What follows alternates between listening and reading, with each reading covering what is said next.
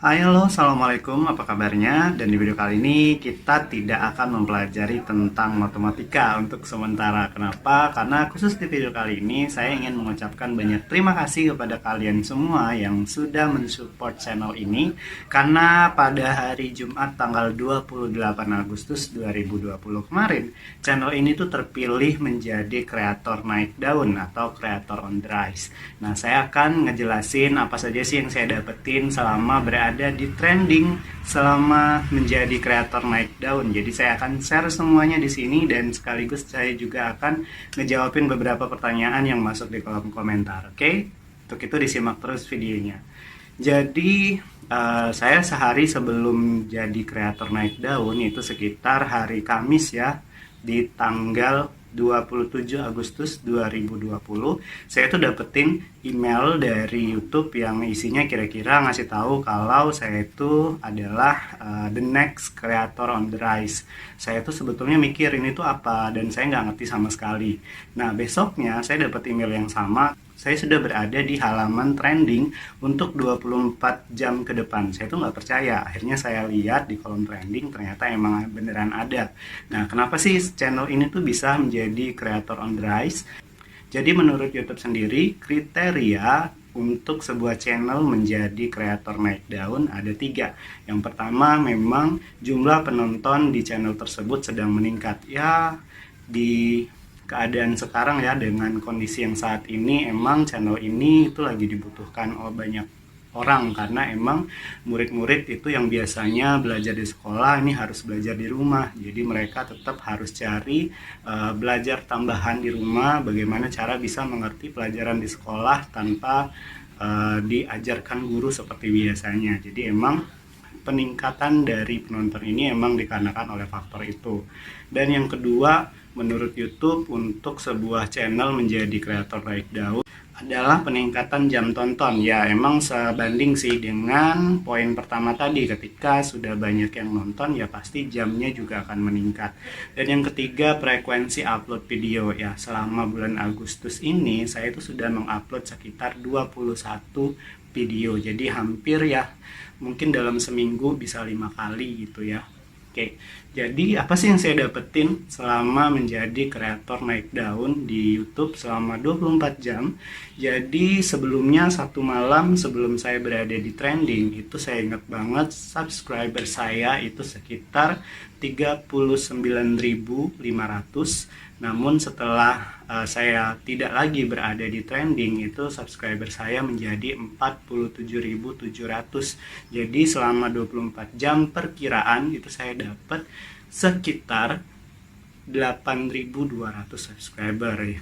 Jadi 8.200 subscriber itu menurut saya banyak sekali, dimana kalau saya hari biasanya, itu hari biasa ya, kalau hari Senin, Selasa, Rabu itu saya sekitar dapetin 1.000 subscriber. Tapi kalau di hari weekend, mendekatin weekend, itu Jumat, Sabtu, Minggu, saya biasanya dapat hanya 500 subscriber. Tapi khusus di selama berada di kolom trending saya dapat 8.200 subscriber. Itu udah banyak banget menurut saya. Dan untuk peningkatan view sendiri gimana? Biasanya di hari Senin, Selasa, Rabu, Kamis saya dapat sekitar 80.000 view setiap hari, dan di hari Jumat, Sabtu, Minggu itu sekitar 30 sampai 50.000 view. Namun kebetulan menjadi kreator naik daun kemarin itu di hari Jumat itu saya meningkat ya sekitar menjadi 150.000 view. Emang bisa berkali-kali lipat sih. Jadi saya terima kasih banget buat YouTube yang udah mensupport channel ini, dan buat kalian juga semua yang udah mendukung channel ini dan subscribe channel ini untuk menjadi channel pendidikan yang bisa kalian tonton saat kalian mungkin mengalami kesulitan dalam memahami pelajaran matematika yang ada di sekolah. Oke, dan saya juga akan ngejawabin beberapa pertanyaan dari subscriber yang saya pilih dari kolom komentar. Oke, jadi yang pertama ini dari Pauline I. Katanya, saya pengen pintar menghitung tapi bagaimana caranya? Oke, jadi di sini saya nggak bisa ngasih cara yang pasti ya, kamu harus ini, kamu harus itu. Karena memang kemampuan seseorang dalam mengerti suatu bahasan itu tidak sama. Ada beberapa orang yang memang sangat cepat sekali dalam mengerti, menangkap suatu pelajaran, tapi ada juga beberapa orang yang memang sulit untuk menghafal, apalagi menangkap pelajaran matematika. Nah, pendekatan yang saya lakukan biasanya saya menggunakan imajinasi ataupun juga alat peraga. Jadi saya mengaktifkan imajinasi mereka untuk misalkan untuk perhitungan ya. Jadi saya misalkan 2 dikali 3. Mungkin beberapa anak kesulitan buat menghitungnya, tapi kalau anak yang memang tidak bisa menghitung, saya mulai mengharapkan anak itu dapat berimajinasi, misalkan 2 dikali 3. Jadi saya akan mengarahkan anak itu untuk berimajinasi di mana dia berada di dalam suatu keadaan seperti misalnya ada 2 orang anak masing-masing membawa 3 buah kelereng. Berapa jumlah kelereng itu semua? Jadi mereka ketika dalam perhitungan langsung mereka tidak bisa, tapi ketika mereka menggunakan imajinasi mereka untuk dalam suatu keadaan yang nyata, mereka akan tetap dapat melakukannya. Jadi seperti itu. Oh ya, yang paling penting adalah kita harus menyukai apa yang kita lakukan ya. Jadi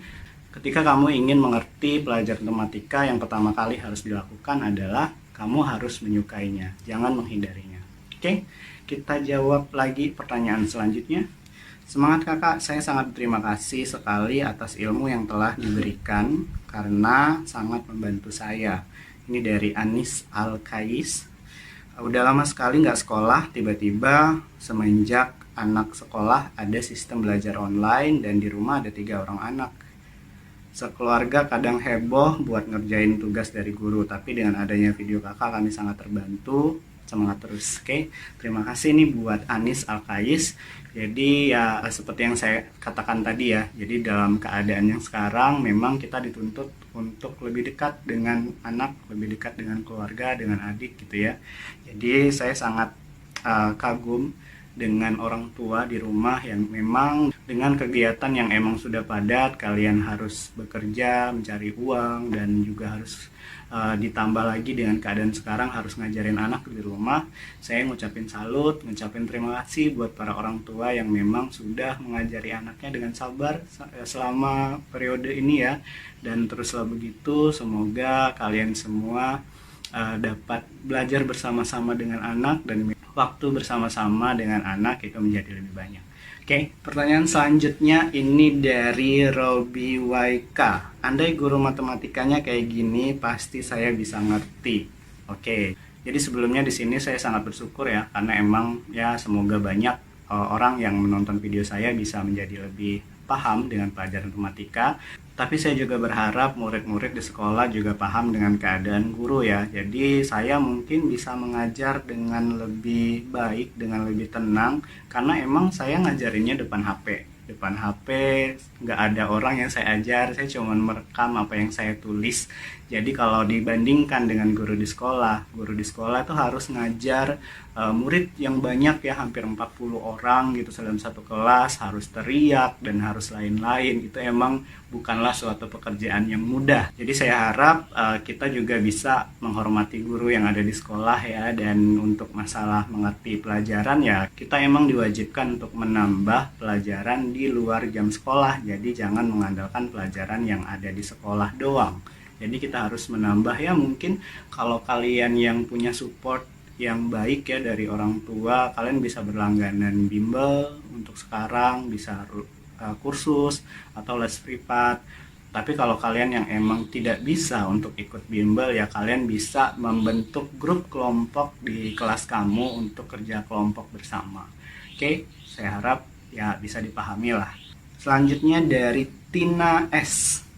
Pelajaran baru buat para mamah pengganti bu guru, Sukron Kak. Wah, ini juga nih saya sangat kagum ya buat para ibu, buat para mamah di rumah yang masih menyempatkan untuk mengajar anak-anak di rumah meskipun pekerjaan lain di rumah tuh banyak banget, saya paham. Jadi semoga ya ini dijadikan suatu momen lah buat mama, buat bunda, buat orang tua lainnya biar lebih dekat sama anak-anak dan ya anak-anak juga paham, mengerti ya. Semoga kualitas dari pelajaran, kualitas dari waktu yang bisa kalian dapatkan selama kondisi sekarang itu emang yang terbaik. Oke, terima kasih buat para bunda sekali lagi. Selanjutnya dari Hendrik Prakoso.